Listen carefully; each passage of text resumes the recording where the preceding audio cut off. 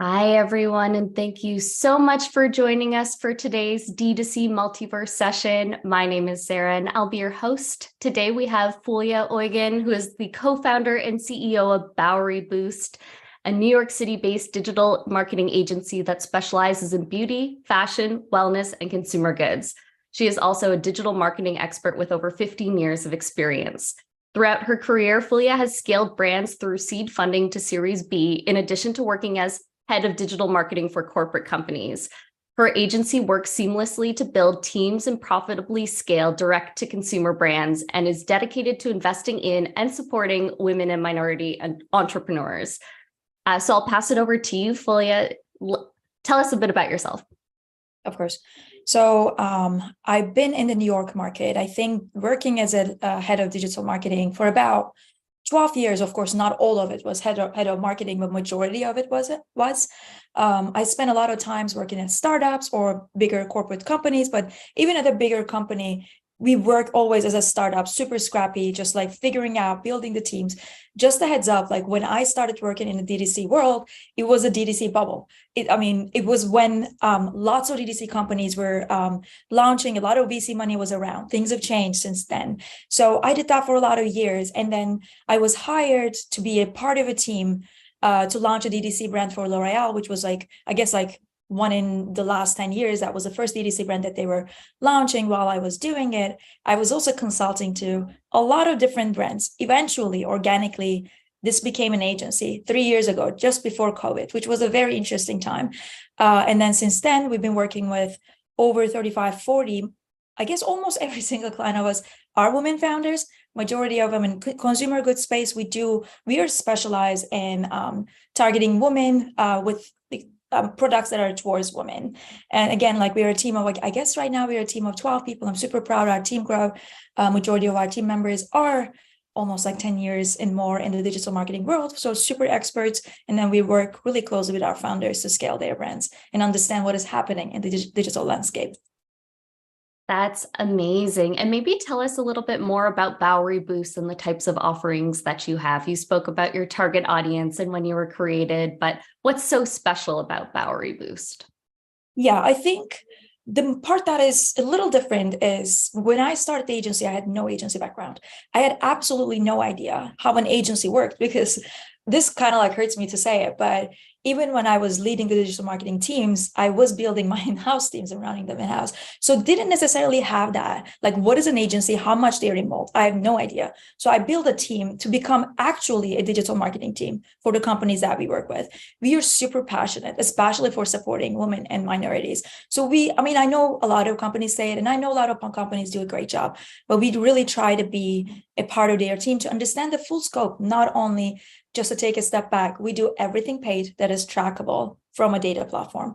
So whatever we can buy from a channel or a media source, but we can track from GA, Shopify, Northbeam, any attribution solution, we can pretty much like do it. We have a lot of partnerships around the, I guess, like the US with different data tools and different like platforms to provide our companies, our partners, as much detail as they like to see. And then again, like our whole goal is to understand their e-commerce landscape and then give them the numbers and metrics they need to make smart decisions on their growth and their growth process. So that's, I guess, like in short, that's what we do.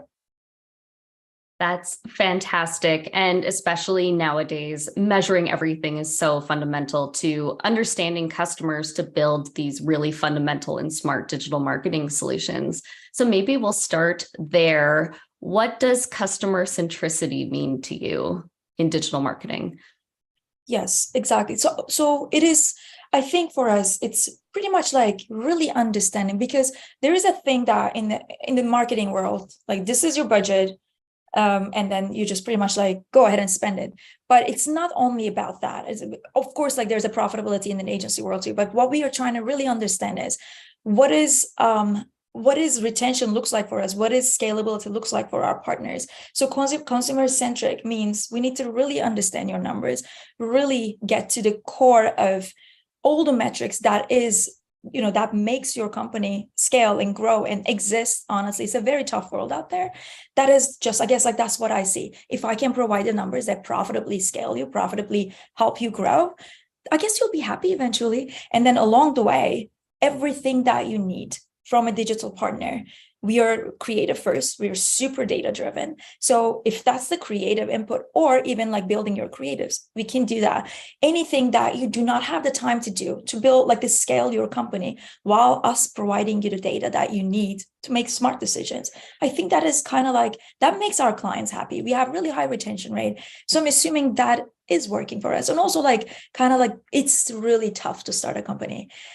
Just to sit down and listen. Hey, how is it going? What do you think? What does growth looks like? Even if it's not my area, founder to founder, how does it look for you? Like, are you happy? Are you not? What can I do? What else we could do? That is, I guess, like within the scope, of course, to support you and support your growth. That's, I guess, like, that's how I define it. And I think if during my times, if I found an agency partner that would provide that, I would be happy to do it. I'm sure there are companies, of course, you can't tap into every single one of them, but like, I think that's how I define it.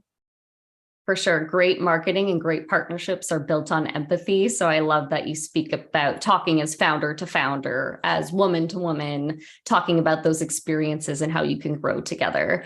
That's a really great foundation for the brand. So we're going to pivot a little bit and talk about some emerging brands in D2C growth. So from the TikTokification of commerce to gamified experiences to omni-channel selling, what do you think of these trends, and which ones do you think are going to be big players this year?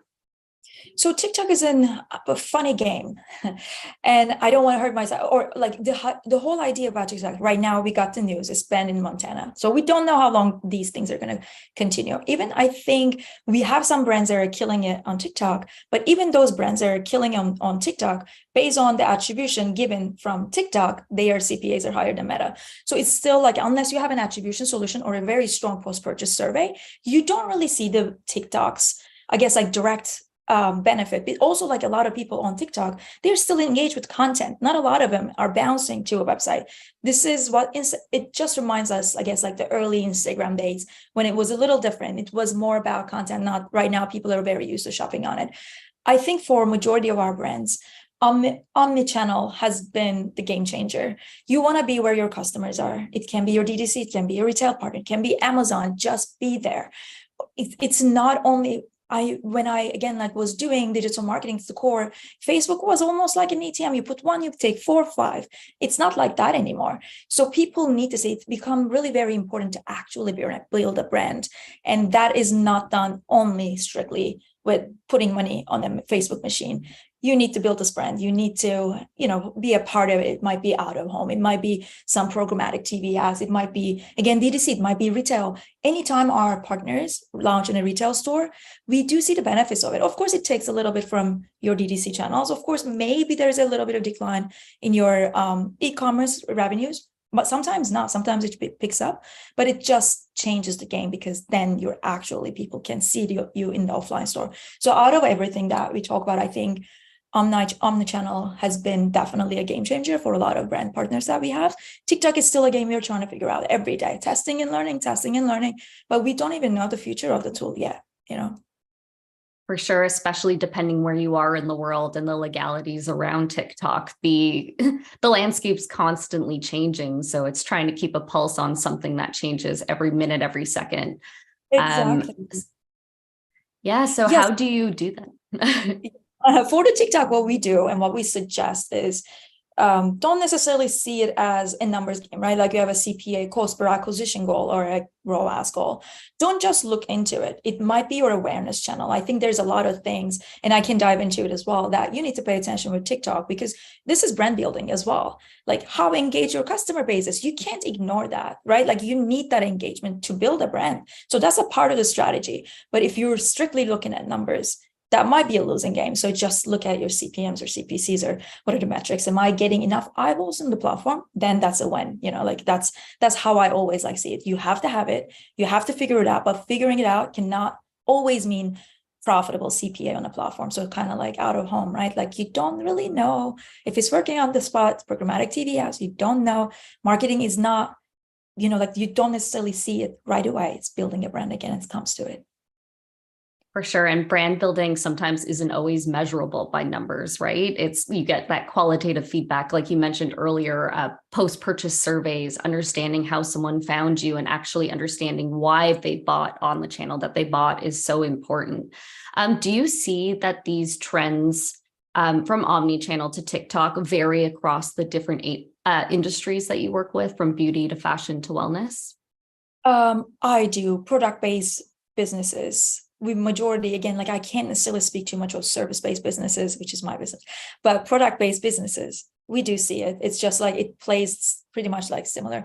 At the end of the day, you're targeting the similar audience base, and that's all that matters. Who am I going after? If it's the same person, the strategy doesn't necessarily differ that much. Like it's just pretty much like you build the same strategy, maybe play the game a little different, but it's just the same people you're going after. So it's kind of like doesn't differ that much. For sure. And what trends and strategies have you found to be the most effective in driving retention and loyalty for the product companies that you worked with? Yeah, I think, honestly speaking, I would say on top of my head, not promotions. I think building, again, it comes to building a brand. I think the most important part is actually building a community. It is to talk to your customers. It is to just understanding that what they want, engaging with them, understanding what they like to see. And it helps us so much as marketers on the content process. If you know what customers need, we build the content based on that. Like, give me that. And that's the best part. So once you build a community, like the community, the communication with your customers, and they feel engaged, they feel they are heard by you, that really makes a lot of difference. So that has been, again, like any company and partner that we work with that has like in great social listening, great customer service that just constantly engage, you'll see those people advocate for you. And that is retention, that is loyalty. And I think that's the best way of building loyalty. Of course, there are a lot of loyalty programs that you can utilize to build these communities. But again, it comes to like actually speaking to the customers and then understanding, am I doing the right thing for them? Or am I just thinking this product might be a good fit? That's not about what you think. That's about what they tell you most of the time. So it's kind of like, listen to them. For sure. Do you have some favorite brand examples who have done really well in the loyalty and retention space, or folks that you've worked with? Yeah, I think we have some clients that are doing an amazing job. We have one client called Le Mini Macaron. I wish I had the product, so cute. It's like this macaron shaped gel nail brand. So it is our strategy since we launched, and we've been working with them almost 2 years now, was gel nails at home. And it's, during COVID, it's a great strategy. You do your nails at home, it's gel. It's just like, it takes 15 seconds to dry. But they built this, like they started communicating with their customers, and we understand people actually like the concept of on the go, because it's and you can use a portable charger, or you can plug it in anywhere and do your nails. So we started getting this feedback. They're like, customers are, hey, I want to use it. Like I use it when I'm in the car, when I'm in, flying on a plane, because it takes a second. You can even do it on the beach. So we understand that it's happening, and we got a whole bunch of content around that. Again, as a marketer, I love that. Give me the content, what they want. And then we push that content out in the world, and people were engaging. Apparently, it's not always at home, it's on the go too. And that opens another market to us. So I think that was a great example. And now we have, at home, of course, core, but we have other things to just actually tell people, hey, this is a solution for you. You're at the beach and your nails might be chipped. How about you do it on the go? So that's, I guess, like a great example. We have other brands, they listen to their customers. We're working with a brand called Cadence. What they did was they have this like super beautiful and very, very, and I guess like usable, reusable travel capsules. And they were hearing a lot, and a lot of people wanted different sizes. And they come up with this super flexible, extendable capsule system for everybody's travel needs. It's like you fill it with your skincare and beauty, and then carry it around when you're traveling. So that's just like a product built based on customer feedback. It's a lot easy for me as a digital marketer to actually promote that product, because you ask for it. We know that solves a problem. So I think that would be two very good examples that we've been seeing. Again, hear them out, build what they want, and then I have the content already for me, what I need to use to capture people's attentions. So we don't need to constantly test hooks. Of course, that's a part of our job, but it's also like when you already have it, because the customers are telling you this, just give me that and I'll make it work. For sure. If you listen to them, they'll tell you exactly what they need, and then you can build products around them, right? Good products are very much customer first and take those insights and scale them. So I really love your examples there. I think it's a great example of taking that insight of portability and then using it to market to better understand the usability of the product. So we have observed that sometimes brands that just start exploring paid advertising see disappointing results. In your opinion, what are some of the biggest mistakes brands can make when they first start running paid ads? Yeah, I think if it's a company that is just launching, I think putting your money on paid advertising right off the bat might not necessarily be the smartest thing. You need to first understand your product for market fit. Otherwise, you're really going to lose a lot of money. Your differentiation points, I need that as a marketer. All we do is, what makes you different? Give me that example and I'll go after them. Not building your personas. Build like 3-4 different personas and give it to us so that we don't just out of my head, like target a whole bunch of different customers. We need a little bit more data before going after a customer base. I think that's one thing that I do see that just kind of like hurts. As a matter of fact, we need data to run something. If I don't have data, don't have any idea like about who you're targeting, I don't have lots of details about what exactly differentiates you from a whole bunch of other companies around there, I will just do my best, but it might not be enough. So that's one thing, like product market fit. You can understand that doing like some social tests. Of course, you can take like a couple of $1,000 of running ads and just kind of like communicating to people before actually going after a CPA target. Also expecting very like quick results, that's not going to happen. You're just launching. There is not, I guess, like there might be a product out there that you just everybody needs and doesn't exist, but it's very rare. So it's kind of like giving understanding, again, like it always comes back to understanding your differentiation points. Expecting these like immediate results not going to help you. It is a plan, and you need to have like goals along the way. You're like right off the bat, goal cannot be a CPA target. Unfortunately, a lot of times you really don't see it. Not investing enough in creative is another one. You have, let's say you have your personas built, you have the product market fit, you have the differentiation points. That doesn't mean it's going to work. We're going to still have to test a lot. While testing, we're going to have to build a whole bunch of different creatives with different hooks and then go after different people, like your personas and all that. Creative does become a very big part of it. Actually, after iOS 14, creative almost is like 70% of our job is actually building the right creative to talk to the right audience. And then, I think that's one of the most important ones is the creative. And then also making decisions too quickly based on very limited data is never going to be your friend. Like you really need data. You really need substantial data to actually define that something is working or not working. We sometimes launch brands and then they're like two conversions, CPA is so high, let's pause it. It's just a 2 people's decision. You're making a call with like 5 people's, 10 people's decision. Just don't do it. I think a lot of things plays out of it. But again, the best part, then how you help an agency or a digital part marketing leader is give me the product market fit, differentiation points, your personas.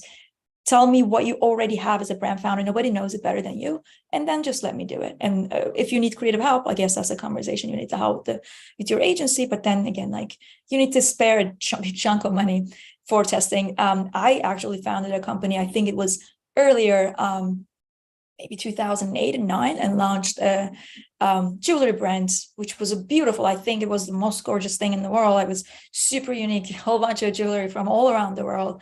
And I spent so much money on merchandise and I have absolutely not a dime left on marketing. You can't do it. If nobody knows what you're doing, unfortunately, nobody's going to buy it. So it's kind of like you need to understand that marketing is going to be one of your biggest expenses. So you can't just spare a couple of $1,000s and then be like, all right, just let's do it. It can't be. Early results might be disappointing. That doesn't mean it's not going to work. We just constantly test, and then you need to get ready for that mindset of sometimes things take time.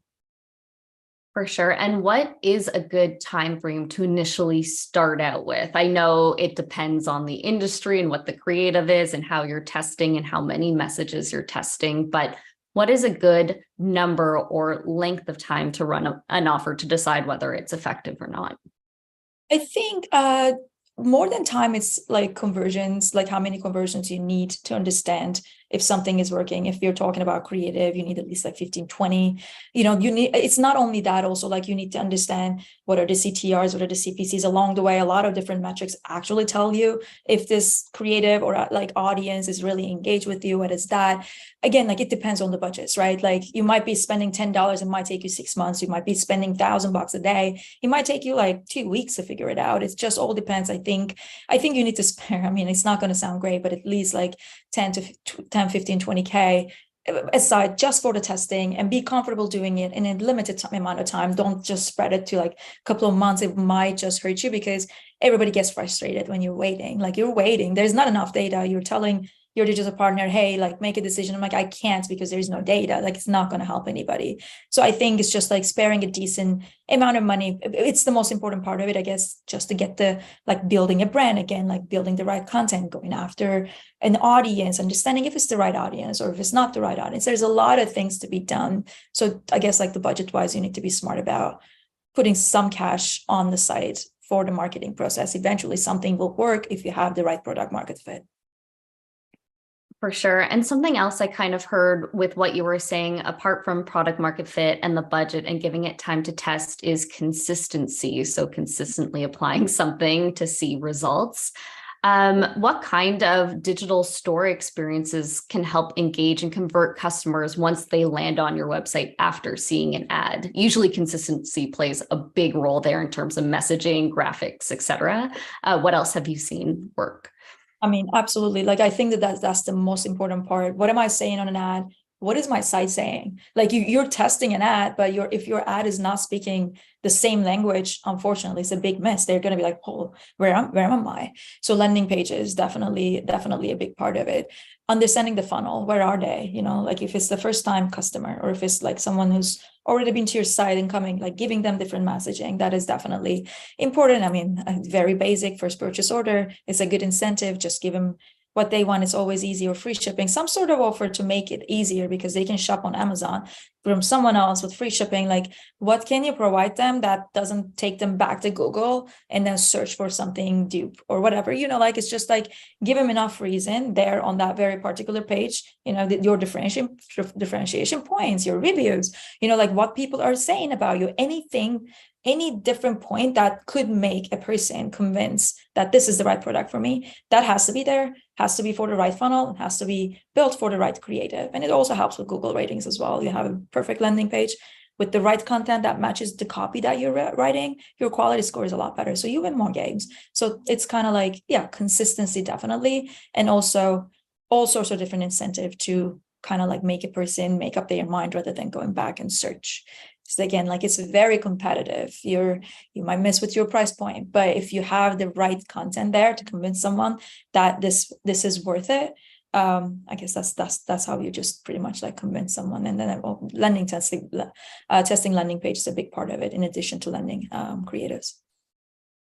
For sure. And on that, can you walk us through some of your successful digital marketing campaigns or case studies of successful brands that either you've worked with or seen? We've talked about the Little Macaron earlier, but is there anything else more specific to a campaign that you'd like to talk about? Yeah, I think I can talk about one brand that very early on we started working with. I guess like when they were launching, they were I guess that was one of the first companies that we ever worked with, and till this day we're working with them. It's been 3 years. I think again, like it was we were lucky because it was pre-iOS 14, so it was a lot easier. And even then, the whole thing, I guess the whole campaign that we built together was around testing out as many creatives as possible with the right hook to understand what is the solution, what people like to see, to understand what your product is actually doing for them, has been a game changer. We tested out a whole bunch of creative for 3 months straight. We were just spending some, not a lot, but then kind of like really reading the metrics, like what is the CTR, CPM, thumbs up ratios, what is the click to purchase ratios. So just kind of like tweaking the ads. And it took us 3 months of constant testing, almost like 10 different creatives every week, adding to the mix. And the third month, we figured it out. We figured out what people like. Till this day, we still, as an evergreen concept, use that. And we've been working with them for 3 years, one of our biggest partners right now. So it comes to, I guess, like when we are talking about a very, I guess, like a win and a decent case study for me is it's still every I guess like almost every company that we work with right now comes to the same guy. What is the right creative for you? What is the right audience that we can target with that particular creative? How can I scale on it? Like, what is the scalability looks like? What is the different variations of this that we can constantly add to the game? So it was for me, I will always say it's of course you're going to be super data smart to understand what the creative is selling. The creative is selling a story, but test out as many and then figure it out. What is the biggest problem you solve? And then just scale. And then again, we were barely spending anything when we first started. Right now, one of our biggest partners, and I'm super proud to be working with them. That's fantastic. That's really great to hear. So we have a few minutes left, so I'm going to ask 2 more questions. And the first question will be, so as Google moves towards a cookieless world, how do you think that'll impact tracking and the ability to test and iterate quickly? And what do you think will be the new point of reference or leading indicators? We use attribution solutions. I think that is a must for everybody. It makes such a difference in our world. And then I am sure, I mean, we're marketers. I've been doing this for 15 years. It's changed so much. I don't think if you're a smart marketer, iOS 14, we thought that's the end of the world. I mean, look at us now. We are doing just fine. I think you need to just be super data savvy and do like an attribution solution is a must. Your first party data is going to become the most important thing that you have. Not using that data is just not going to take you anywhere. I would say, like, if I launch a brand right now, if I'm spending $10,000, the first thing that I would do is actually invest in an attribution solution. There are solutions out there. They're not that expensive. You can do it. And with that, again, like, you have some sort of data. And again, diving into your holistic metrics is always going to help you. We used to be like super kind of like in channel agnostic in a way. This is Facebook ROAS, this is Google, this is this. It's that you compare week over week results, but it's like, what is my CAC? What is my MER? Like, what is my like ROAS? How those numbers are looking when you add a YouTube test on the top of it? You know, like, you can be smart with it. You're adding one channel at a time, spending maybe like 5 to 10% of your overall monthly marketing budget. Things are looking great. Like, just go dive into it, like, go increase that. So holistic view and an attribution solution. I don't think there's anything we can't do by having those two I guess looks as a part of your marketing strategy. We'll figure it out. I think that will be, I mean, it is coming for us. We'll see. But I think I am not necessarily, I think when iOS 14 was happening, I was extremely concerned, but I was always seeing that, hey, that might be the time that actually brands need us more, because we as the marketers has to be on top of the game. We have to be the leaders. We have to learn and then teach our clients as well to look at different metrics when these things are happening. And I think it's good for the consumer standpoint. People are freaking out, so it is what it is. And it's cookieless world is not as scary as iOS 14. You know, we still have some data there. I love that. Not as scary, still a little bit scary, but not as scary, and definitely livable. No matter what happens, marketers will find a way to thrive, survive, and do even better in a cookieless world. So I really like the points that you spoke to there. And then the very last question is, you've started a brand, you've worked with so many brands. If you had any piece of advice for someone just starting out in the D2C space, what would it be? I think it will, I mean, if you're on a D2C product space, I think knowing your competitors, understanding what sort of value it's very competitive. What differentiates you? Why someone should choose your product versus the other without being too emotionally connected with the brand that you're building is a key. Why me versus all the other guys out there? Because that information, again, as a marketer, is very important for me. Just tell me what differentiates you. It's just like, it's only going to get expensive to acquire customers. There's a whole bunch of different companies coming in the game every day. You know, like, it's just differentiate yourself, like, build a product that adds value to the customers, to this world. People are like a lot more connected, a lot more, I guess, like, understanding the values that brands have, a lot, like, they're more sensitive to that. add some value to this world and then have a differentiated product. I think marketing becomes a lot easier when all of those are like, I guess, resolved again. You can't be just another, skincare company that does the same thing, right? Like you can't win this game with that. Just add something more to it, target the right audience, and then, like find the right smart marketer to work with you to get the word out there, and, you can scale. That's a great way to end this session. I love the concept of values co-created with the consumer and brands, and the more value that you can put up front, the more value is perceived on the consumer side. So I really love that tidbit. Thank you so much for joining us today, Fulya. Everyone who's listening, give Fulya a follow on LinkedIn or all the other socials that you're on. Give Bowery Boost a follow. And we'll see you next week for our next D2C Multiverse live stream. Thank you so much again and have a great day.